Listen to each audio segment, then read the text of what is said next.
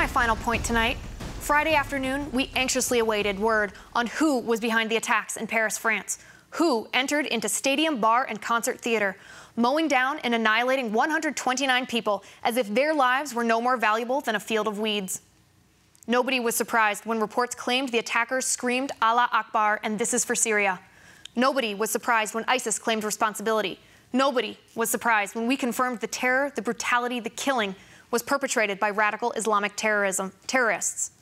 There's nothing I can do to lessen the sorrow of France. Nothing but pray. Nothing I can do to console the families and friends of those who lost their loved ones. Nothing but pray. Nothing I can offer to erase the nightmares that will haunt those who survive for the rest of their lives. Nothing but pray. But what will it take for the world to act? If this doesn't prompt action, what will? What will it take for the United States and anybody who has guts enough to join us to obliterate these terrorists once and for all? Radical Islamic terrorists have beheaded, brutalized, burned, drowned, raped, shot, and killed. They bombed a Russian plane, now they murder 129, if not more, in Paris, France. When is enough enough? What will it take for the United States to step forward and lead, to look into the face of evil and not cower, not make excuses, not hide behind a flimsy shield of tolerance and political correctness while men, women, and children around the world are dying at the hands of evil? What has happened in our country, where the President of the United States is more worried about climate change than he is about the credible threat of brutality and death from terrorists who have openly declared their intention to perpetrate their attacks on our nation? Is Obama waiting to lead until the terrorists strike us here in our homeland? Because make no mistake, they're here already, plotting, planning, biding their time for the moment to attack. ISIS claims thousands of jihadists were smuggled into Europe with the Syrian refugees. Do we have any reason not to believe them?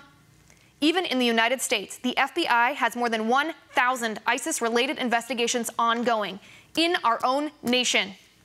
Yet President Obama wants to allow 10,000 Syrian refugees to enter our country with no provisions, no capacity to protect against these same terrorists infiltrating the neighborhoods in which we live. And President Obama wants to restrict our constitutional right to keep and bear arms, diminishing our ability to protect ourselves from the evil we face in our country. Already, Islamic terrorists have beheaded, shot, bombed, stabbed, and killed American citizens right in our backyard. Yet we're told Islam is a religion of peace and that ISIS is not America's fight. We the people sit here bound hand and foot by a president who would rather decry climate change than defy radical Islam, rather bash Republicans than bomb terrorists, rather pretend to be tolerant than protect the nation he's sworn to defend. No, Madonna, love won't conquer ISIS. No, Hillary Clinton, you are wrong. This is America's fight. We must act. It is our moral imperative to lead the world against the global threat to our safety, to our freedom, and to the lives of our countrymen and our allies. But what will it take for us to lead? So we mourn. We grieve the lives lost. We pray for the souls of these innocent departed, that they, through the mercy of God, may rest in peace. We make our voices heard for those who are forever silenced, whose futures were robbed, lives were stolen, families devastated. But if we, as a nation, ignore ISIS, if we allow evil to flourish, then we neglect our moral responsibility as a nation to lead the world against those who would take away freedom, family, and the very lives we live. And that is my final point.